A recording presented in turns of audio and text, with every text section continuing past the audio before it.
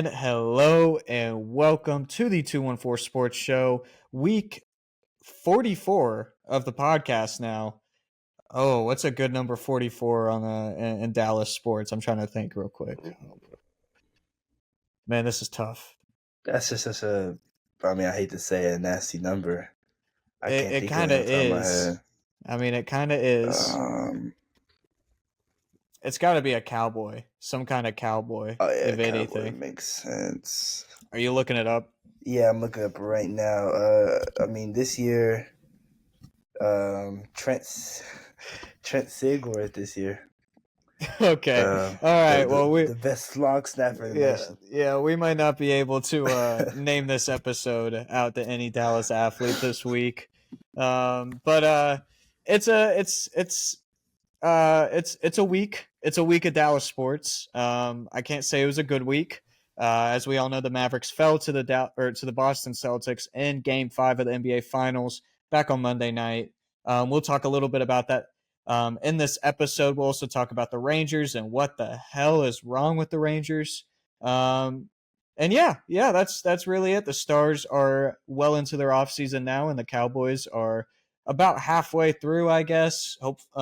Really more than halfway through. They're about to start up back in August. So get prepared for that. But anyways, Courtney, my other co-host, how are you doing today? I'm doing good, man. It's off, man. It's a beautiful Juneteenth. I'm just enjoying it, man. I'm just chilling, man. How about you? Yeah, I wish I had today off, man. I really did. But I'm not gonna lie, the traffic was really good this morning, clear? so it was Makes clear. Sense. It was great. It was great. I had a great time going to work today. I had the music up. Felt amazing.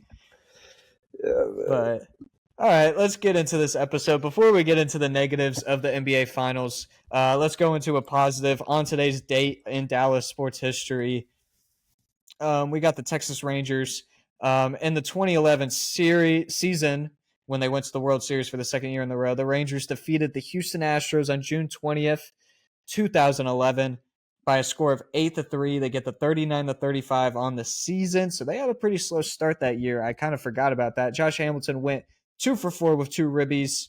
Adrian Beltre also went 3 for 4 with 2 ribbies. Craig Gentry, shout out, went 3 for 4. He had 3 hits. And Mitch Moreland hit a home run in the 8th. Derek Holland got the win with 7 innings and a third pitched and only giving up 3 earned runs while striking out 4. Not a bad game. The Astros were pretty dang bad at that time, but pretty fun though. Always beat the Astros. This was back when they were in the NL, so we didn't play them that much. I don't know not one person in the Astros during that period. Like I couldn't name you not one person on that team.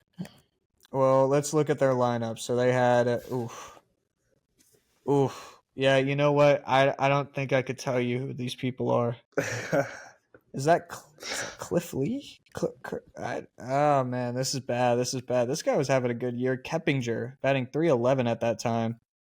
I don't know. I guess he was pretty good. I might be a casual. I don't know. But just start off a little trivia question. With the on today's date, we got what year did Josh Hamilton win his AL MVP? I'll give you a clue. It wasn't 2011 when they went to the World Series. Okay, it has to be 2010 then. I know for sure it's when they had their run. It was for sure when they had their run, and they went back to back. You went 2010, we went 2011. If it's not 2011, it has to be, bro. It has to be 2010. Now he was in his prime, a little bit before 2010. I'm gonna go 2010. I shouldn't have given you the clue, man. It is 2010. He had the AL MVP. Yes, 2010. Yes, that generational Giants, right? run, man. Yeah, we faced the Giants in that year. Generational run by Josh Hamilton. I can't believe smoothest swing of all time. I miss him, man. I miss him. I wish he wasn't. Too, man. He's probably in some basement right now, just. I don't know, bro. He's probably just in some basement right now, bro. I don't know what he's up to, man. All right. Well, we're gonna move on from that. We're gonna go to the Dallas Mavericks Game 5, losing to the Boston Celtics by a final score of 106-88. We could sit back and talk about this game. I think I think if they had any chance of winning, it went away kind of in that end of the first quarter when Boston went on that huge run. You had those two horrific, horrible turnovers by PJ Washington and Luka. Just them bringing the ball up back to back, leading to two easy breakaway, fast break buckets for the Celtics. And after that, it just seemed like the Mavericks could never really get their mojo going. Their offense struggled throughout the entire game. Luka and Kyrie both struggled tremendously. Luka had 7 turnovers this game. And also the support team wasn't as good unless you're really talking about Derrick Jones Jr., who had 10 points, and of course And Josh Green, who Josh knocked Green, down yeah, 4 threes, but four 14 threes. points. Because you look at PJ Washington, who went 0 for 5 from 3, had 4 turnovers, and was the leading, well, not the leading, I guess, the worst plus minus on the team at negative 26. So I don't know. Who do you think? I mean, what went wrong in Game 5? What do you think about it? I guess that's just a simple question. What do you think about Game 5? Honestly, I think first of all, like you said, half the team was on in a negative. So it's like I can't even point versus who particularly played bad because honestly, the whole team played bad. But honestly, I think Game 5 was just. I can't even put it on the Mavericks too much. I think there's one thing I underestimated before the series started, which I could take back, is just how good the Celtics actually are. Okay. That team definitely. I think they end up going 80-20. I think it was 80-22, 80-21, something like that. Like the whole season, like they pretty much dominated the whole year. And I think that going into the series, because of how the Pacers played them, I think we kind of underestimated that. And within Game 5, I think just the runs. I mean, the runs just killed. The Yeah. adjustments just weren't being made. We pretty much saw this happening all game. All series. The Celtics were going to run, and then like maybe they might come back just a little bit. Like for example, the one that happened at the start of the game. The Mavs brought it back to make it close by the end of the first, and in the second quarter they just go on a tear. I mean, Jason Tatum is making step back threes. He's like they're just doing all the time. Peyton Pritchard's making half court shots. Like I really don't know what you're supposed to do at home. By the too, like I don't even know if this is a Mavs collapse for Game 5. I just think that just all the momentum was even with losing Game 4, just home and that run they had in the second quarter. It was hard for the Mavs to come back in the third quarter, especially with already Kyrie struggling. And Kyrie is definitely a whole other discussion on how he played this whole series. But I Yep. think just with our second star struggling and Luka already having such a bag and load to carry, I just think that it was just a disaster for Game 5. Yeah, and I just it's so frustrating. It was a really frustrating watch. The entire finals except for game 4 was just such a frustrating watch because I mean the Celtics offense is just so hard to guard. They just barrage you with 3-pointers, and no matter what, even if you put a hand to their face, it does not matter. It seems like they still have the same odds of going in, even when we're contesting them. And so I, I do say that a lot of this is the Celtics just being really, really good. Yeah, But I also just think that the Mavericks they had a defense that they just haven't seen yet. You know, the Thunder were an aggressive defensive team, but the Celtics were just a whole different animal, I believe. Drew Holiday and Jaylen Brown both guarding up on Kyrie and Luka definitely tired them out. I think they were tired for Game 5, and I mean, looking at Luka's injury history in these playoffs, I think he was. I just really hope that they don't spin the narrative. Well, they will. The media will definitely spin the narrative saying that Luka's not a winner, all those oh things. for sure. And I mean, I personally think that Luka was the best player in these playoffs. You could maybe argue that Jason Tatum, he had some tremendous playoff series before the finals. And as much as you want to, I think a lot of the Yeah, hate of Jason Tatum Tatum just goes hate. to because he's cheesy, and I think Yeah, he is yeah, really cheesy, but yeah. I think he actually did have a solid finals. And, it didn't really matter anyways. Drew Holiday, Jaylen Brown played at the top of their game. Porzingis, whenever he played, was really good. But I think Luka, when his teammates are helping him out, when his teammates can knock down shots, you're talking about PJ Washington stepping up, you're talking about Kyrie Irving stepping up, putting some of that pressure off of him.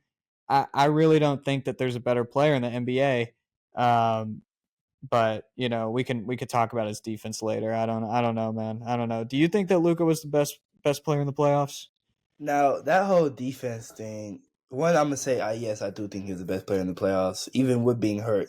But it was definitely not without any media. The media definitely didn't help him, and you could say that we're biased. Obviously, we run a Dallas space podcast and Yeah, everything, of but course. I mean the defense. I mean the whole media never wanted to admit that he was the best player in the playoffs. I mean he did something and he was having amazing games and um we see this whole defense thing.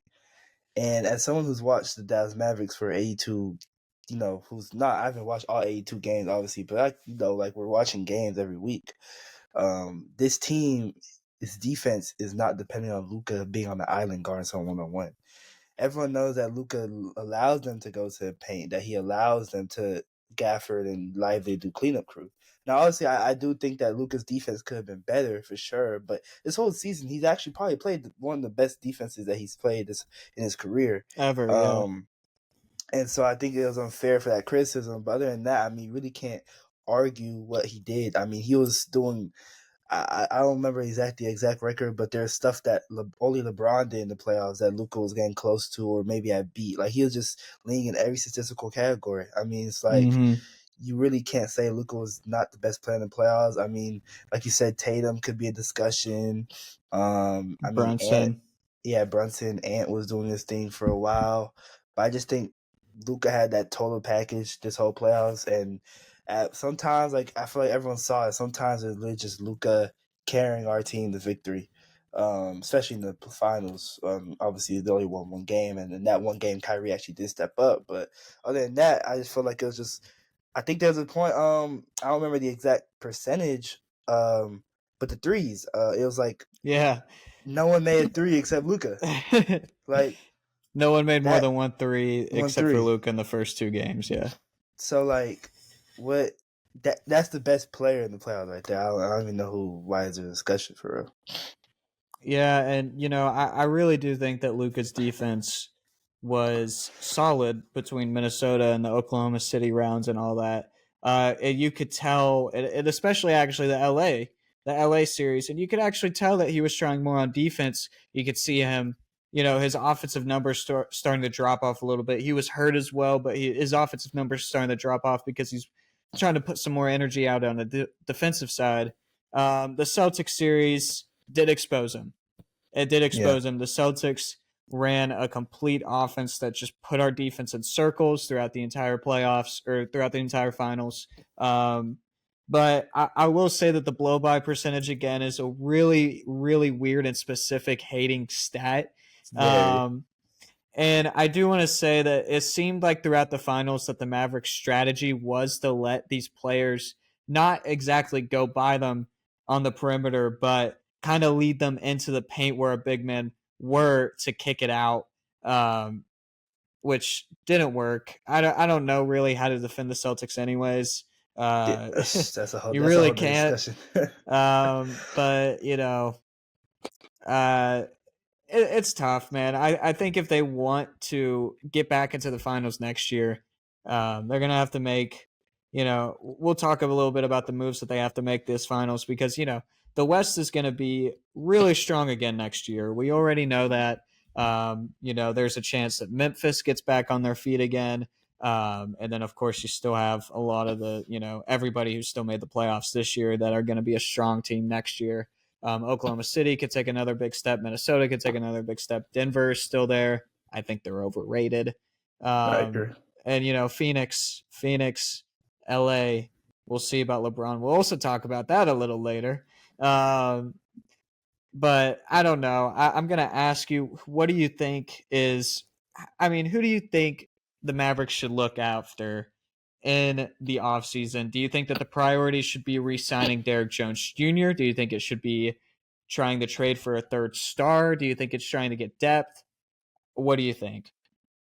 I think this year definitely opened up something that I guess the Mavericks front office was trying, and this is shout out to Nico for realizing this. I think this whole ever since Luka was drafted, everyone wanted to find out what's the best team that's best optimized for Luka. Because a lot of people we did a lot of pairings. They tried almost every other type of star that they could put next to Luka. And the last ditch effort they tried Kyrie.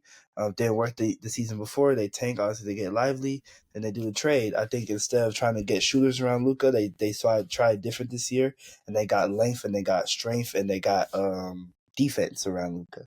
And hopefully those shooters can end up, impacting the game. But the whole team wasn't just shooters, and I think that's the team that should be around Luka. I think that they continue with something like that. I mean, it's no question that the shooting needs to get better.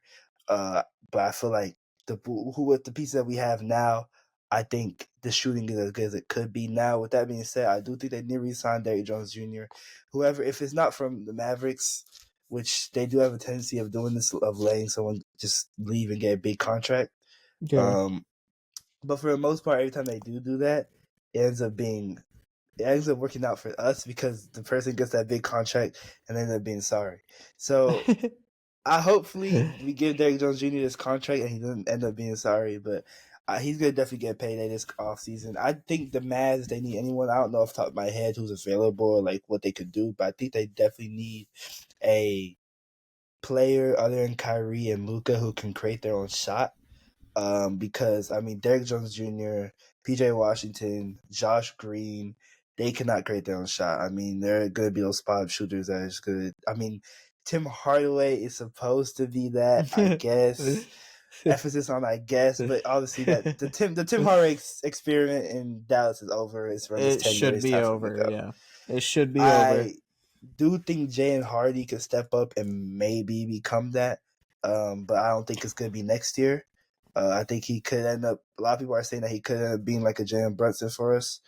He has the tools for sure. Oh, yeah. But I don't want him to explode on another team. So I hope that they can somehow maximize his potential on the team. So I think he could be that if they trust him that much. But I just think that they need to find like another guard or even a forward that could just create their own shot. So it's not always on Luka and Kyrie, and so that the shooters that are open, that we do have on the perimeter, can get more open. Because I mean, when it's only Luka and Kyrie creating their own shots, they just attract those doubles, and it's just, or they attach on the shooters. So I definitely do think that's something that they need to attack in the offseason. Yeah. I will say that I do think that the priority should be Derrick Jones Jr., but I think if he's going to get a bag, it's going to, you can't really, it's tough. It's tough because you do want to save up that money for potentially re-signing Lively in a couple years, and also just saving up the money so you can upgrade the team. You already have tough contracts with Tim Hardaway Jr. And so, I mean, there is a chance that he gets a bag from a team, like some random team like the Nets, Yeah, or the Magic, um, and that happens, and you did say that a lot of times the Mavericks players take a bag leaving us a free agency. They do tend to end up being pretty bad. I'm thinking terrible. Tyson Chandler the second time, not the first time. The Yep, first not time the was first time. horrible. Got Defensive Player of the Year first year away Yeah, from us. Monte Ellis with the Pacers. Alfred Aminu. Um, Yogi yeah, those Ferrell. are Yogi Ferrell. Yeah, but he was kind of dog water with us too Yeah, at his last yeah, part. true. But I mean, if you can't get Derrick Jones Jr. back, there's a lot of wings that I think can be a huge get. Um, oh man, oh man.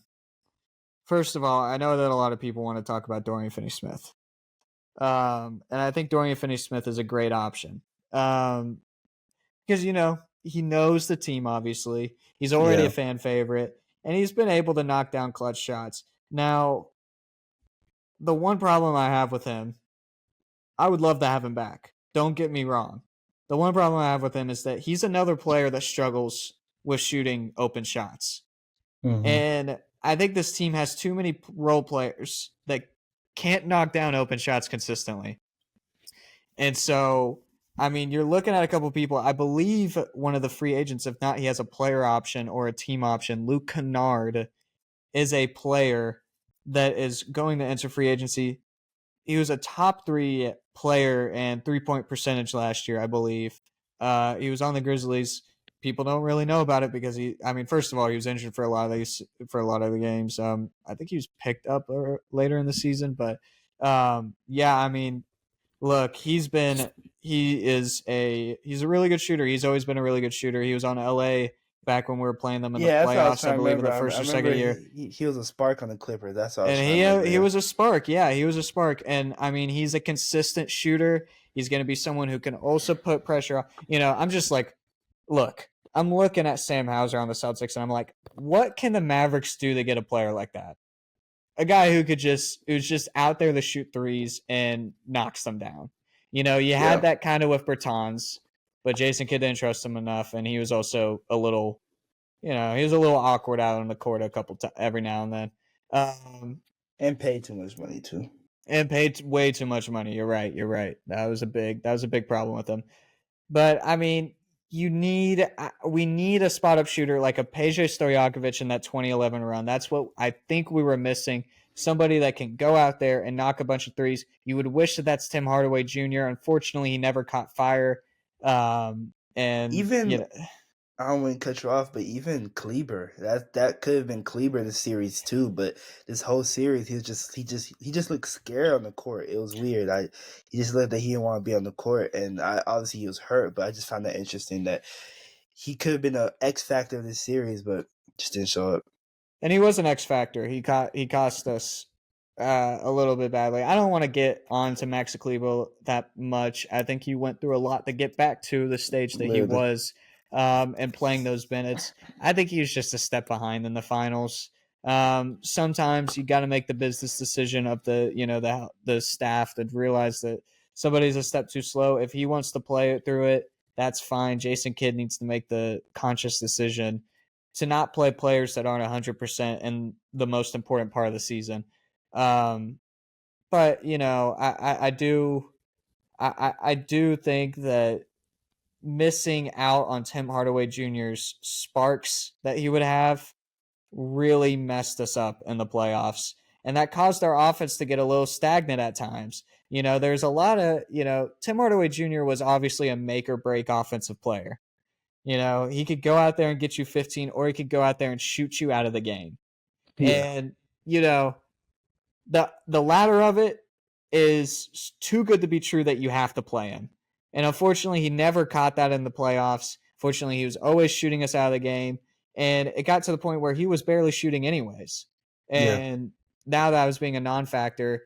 And so missing that offense, I was kind of hoping that Jason Kidd would give Jaden Hardy a little bit more run. I know that he's super raw. He wasn't getting the calls, but I was really hoping that he would get more run because I think that was going to be a player that could give us those much needed points when Luka and Kyrie are struggling offensively or when one of them are off the court, since Tim Hardaway Jr. couldn't be that option that he was during the regular season. But I don't know. I think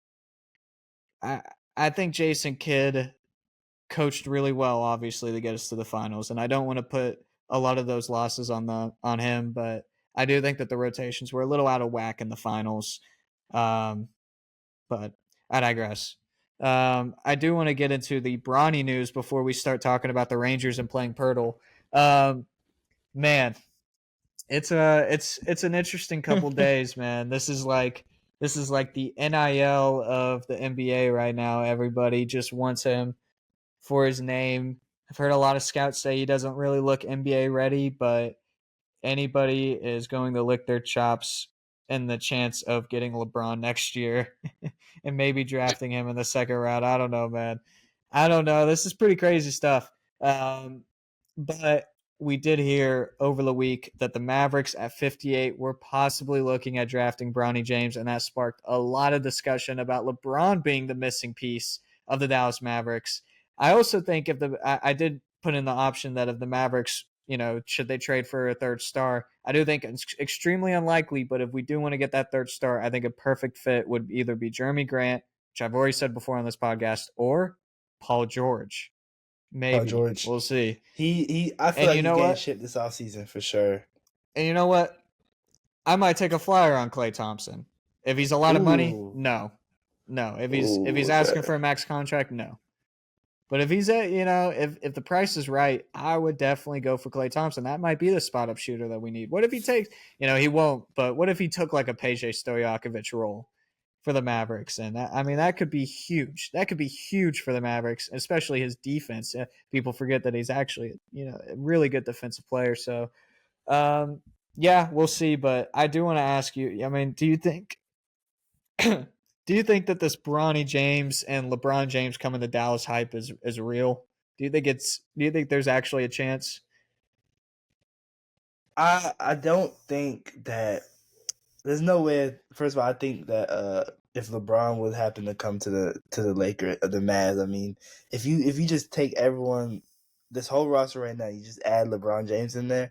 I mean, that team is winning a championship. There's no ifs, ands, or buts. It should, yeah. It should.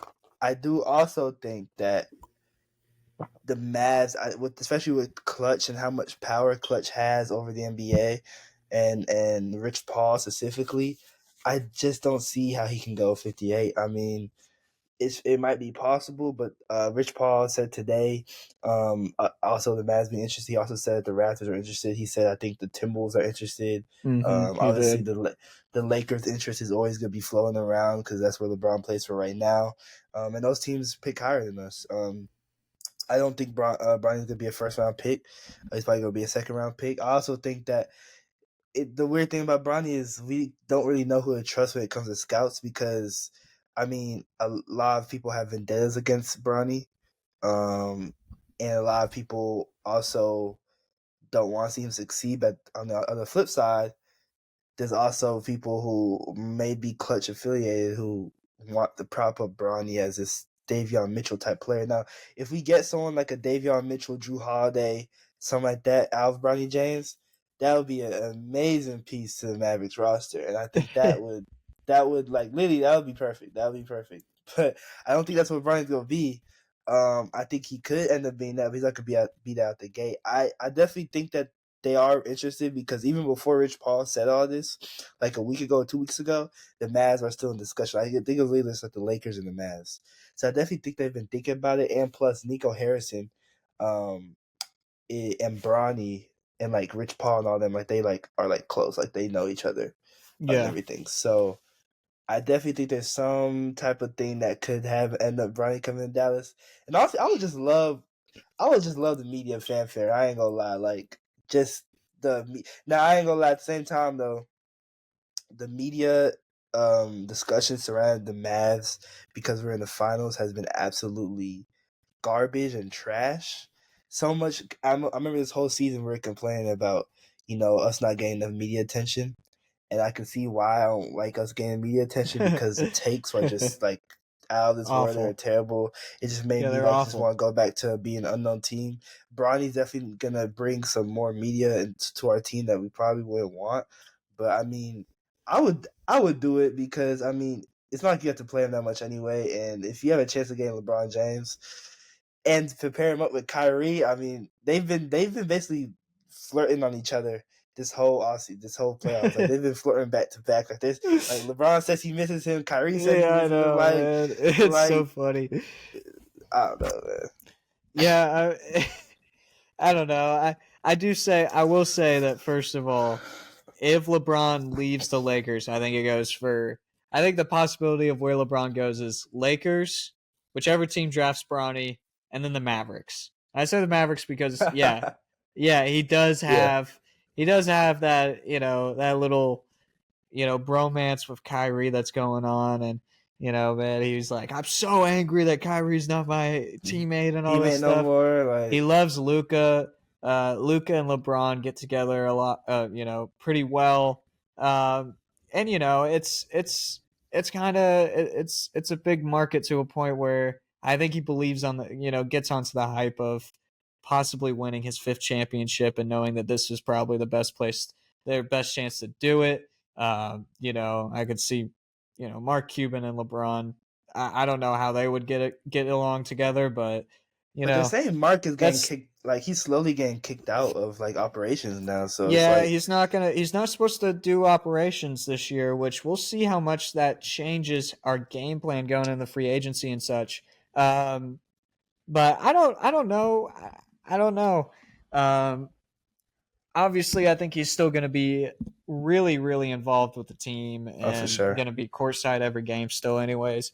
I think he's going to be one of the biggest lobbyers for their casino stadium that they're going to build. I work just like a half mile away from where they're supposed to, build it. It's pretty cool. Yeah, that's what I'm gonna say about the Mavericks. Do you have anything else to say about the Mavericks? Do you want to get in the Pirtle? Yeah, let's get into a Pearl because honestly, you can stretch the mass content like next week, 2 weeks from now. Yeah, we There's could so do much some. We could do some more. There's a lot to decipher draft. about the Mavericks and getting into the off season and the The draft draft. is like in a week around, so Mm-hmm. for sure we'll And touch so, that. do we think that the Mavericks try to trade into the first round and such? We'll get into that later Yeah, into for June and sure. July and see what's going on. Actually, wait, when is the draft? It's June 30th. It's late June, It's the right? 26th. It's 26th. 26th. So Okay, all right. we're Well, getting we'll have into a it. draft preview next week. We'll see. We'll see if we think that the Mavericks are going to do anything. It's so weird to have the draft so close to the season. I know. Haven't I've had never the felt this. Mavericks I haven't play the felt finals yet, man. It's like man, the offseason's already literally. starting. Holy. All right. Let me share my screen real quick. Get in the Pirtle. All right, here we go. All right, I believe we should make the first guess. What do you think? Should we make it the Finals MVP? Yeah. That's only right. Okay, not bad. We had a Celtics player last week, so but it is an East Eastern for 27. It's going to be a forward that's kind of tall. He has number 6 or 5. I'm going to go with I'm could so this bad be? numbers. 27 though. That's a specific age. So like somewhere in that 20, where he was Yeah, drafted 2016. Jaylen Brown was drafted 2016. Like I think. Who else? Is what man, numbers? this is tough. Oh no, I don't know if Ben Trying to Simmons is think. classified as oh, no, that's Atlanta. So Atlantic. So it can't be Ben Simmons. No, it can't Um, be Ben Simmons. Do you think Miles Bridges? What number? He's 0, right? yeah, I So it think wouldn't he's be him. 0. I can't even think about numbers. Let's go with a different division. Let's go with the Atlantic. No, sorry, Atlanta. I'm What's the thinking division like, with the what about Orlando? like Bobby Portis? Five Portions is a bad one. That might be a good one. Oh, Not bad. Central Actually, it's Division not. 6'10" is Doesn't crazy. really help us though. 6'10" forward. Except for I didn't now even we know know it's in Bobby the Portis Central. was That did help. 6'10". That did help. I ain't gonna lie. Um, 6 or 5. So what? It's gonna be the Pistons. Man, well, if it's the Pistons, Pistons, then Pistons, Pacers, Pistons, Pacers, Bulls, and oh my gosh, Pistons, Pacers, Pistons, Bulls, Pacers, Bulls, and Cavs. Cavs. Yeah, Who's on the Cavs? that's Who would be on the Cavs at 6'10"? 27, Evan Mobley, but he's too but young. he's too young. I don't know if it's the Cavs.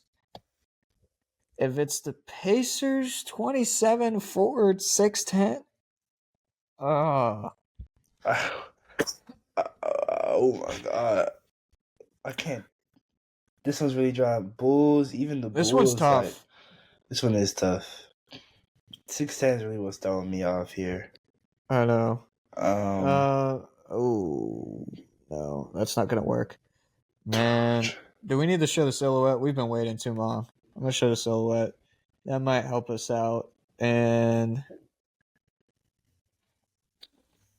I, I'm really stuck. Let's go. Just someone on the Bulls first. Let's just go with like a player. Um, just try to go knock down teams. I guess. Who is that? I feel like he's a pacer. I just feel like he's a Is pacer. Kevin? He's not even on Nah, this. he's on the Heat now. Um, Dean Wade is nah. It can't be Dean Wade. Well, let's go ahead We and could try put it. We could try it. not Cleveland. Okay. Okay, well, we're down to the Pistons, Bulls, and Oh, the Pacers. D Wade, look, he wasn't a bad pool. I didn't know he was 27. Yeah, that guy Pacers. wasn't bad. I really just don't know a lot about these teams. I really don't. Not same. I totally agree. 6'10". Precious Achua is on the Knicks now, right? Or the Raptors, something like Yeah, I think that. he's on the Raptors now. Can't be him. Ugh, Show back the silhouette. Just maybe getting ideas. I don't know, man. I have no clue. I cannot think of a single player. let's Um, go. Let's just go with someone on the Indiana. The thing is, I can't think of an Indiana player right now for some reason. like it's not Miles Turner, Yeah, like it's not. It shouldn't be Miles Turner so it's not on the Pacers either. Um, at this point. The Bulls like is I can't tell you who's on the Pistons. I cannot tell you. yeah. See, that's why I think it is a Pistons player. But I can't think of a person. I can't think of a stretch big or a stretch I'm on the just gonna go Pistons for Patrick sure. Williams and see if it's Chicago. It is Detroit. Shit. That's the I worst think team we it could waved have the right been. flag. I think we waved the white flag, unless I just no. The only I person I can really think of can't. is Bogon, but he's not 6. Yeah, he's not. He's not 27. Yeah, he's not All right, 27. are we Yes, waving the yeah. white flag? This Wave sucks, it, wave it, man. Detroit, are you kidding me?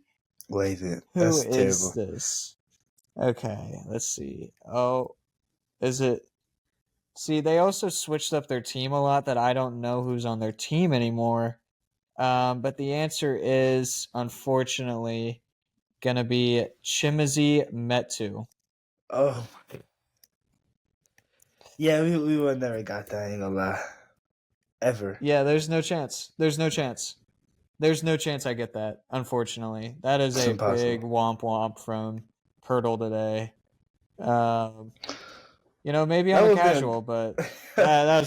that's pretty bad. That's pretty bad. Yeah, that's pretty bad. That would be a good Let's pull if we see. got it though. What But did he average today this year? I mean, what if he was like a dog? What if he's averaging 20 under our nose this entire time, no way, I got the dog. averaging 6.5 points on the worst team in the league? Yeah, yeah. All right. Well, Yeah, that's a big letdown. That ruined my day almost. for But sure. let's go ahead and talk about the Rangers, who are just going to make my day even worse. So the Rangers are now 33-40. We don't have the result of the last game against the New York Mets. They dropped to third in the division behind the Astros. Same record as the Astros. They just have the advantage over us, the tiebreaker, and are now 10 games behind the Mariners. Um, you know, I'm sick of trying to be positive about the Rangers, but I do want to say this was about the time where the Rangers, this is actually a year ago today, that the Rangers lost to that very controversial home plate play with Elvis Andrews that won the White Sox the game. Um, this is when the Rangers were up 10-9 games above all the players or above all the teams and still blew the division. It's very possible that they can get back into this. They need to get back into the swing of things. I really thought that the Dodgers series was going to be the season changer. I thought that was going to be, the kind of the big series that would just turn the season around. Basically, that's what I'm Yeah, trying to say. And it wasn't. And it wasn't because they went to automatically get swept by the Mariners, who they need to beat, and now are on the edge of getting swept by the Mets at home, which is pretty bad. Um, I'm just going to ask you real quick. We're already at 40 minutes for this episode. Um, I mean, do you think that the Rangers they're about a month away from the trade deadline. Do you think the Rangers should go out and buy? Should they sell? Should they hold? You know what? Let me say what I want to say first. Yeah, go ahead. Go ahead. I don't know if they should buy. I feel like they should be aggressive, but they're also fifth in the league in player payroll, and it's going to be tough. They have a lot of high paying players that are just about to come back, and I think that the best decision is the hold. And I don't Yeah, know. I don't know I agree. because you have Scherzer, you have DeGrom, and you have Tommy Mall, that guy who we signed in the offseason. They're all supposed to come back sometime July, August. And but the problem is that the hitting is the problem. And Adolis is in the biggest slump of his career. Simeon and Seager, while they're still being decent, haven't been what they were last year. Our best player is Josh Smith. Nobody would have predicted that. Josh Young is still hurt. Wyatt Langford is, doing good. But Jonah Heim's even having a down year. Nate Lowe's been pretty consistent, I'll say. But, I mean, it's hard to say, what can the Rangers do to improve this offense before the deadline, because this is what's really hurting them. I mean, the pitching has been average, which has been better than what we thought. And what's really killing us is the offense, which nobody thought either. This is just a really weird season for the Rangers. I don't know. Do you think that they should hold?